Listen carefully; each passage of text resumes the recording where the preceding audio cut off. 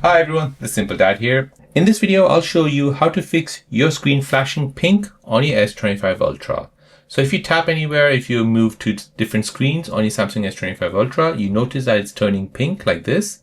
Then let me show you how to fix this. So in order to fix this, you have turned on a setting called Show Surface option. So this setting is not a fault in your Samsung S25 Ultra. It is just showing you that some changes have been made in the graphics on your Samsung S25 Ultra. Hence, it's just giving you a visual cue saying that some changes have been made and is showing you the pink screen.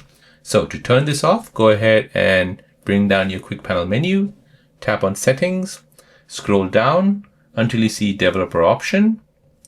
Now go ahead and scroll down until you see show surface updates. So this flashes the entire window surface when they update. So turn this feature off. So now once you do this, this will fix your pink screen on your Samsung S25 Ultra. So there you go guys, that is how to fix your screen flashing pink on your S25 Ultra. If you're new on the channel and you want to find out more about your iPhone, your Android phone, or any other social media apps, then don't forget to subscribe to this channel to become a part of the Simple Dad community. Hit the like button if you find this video useful.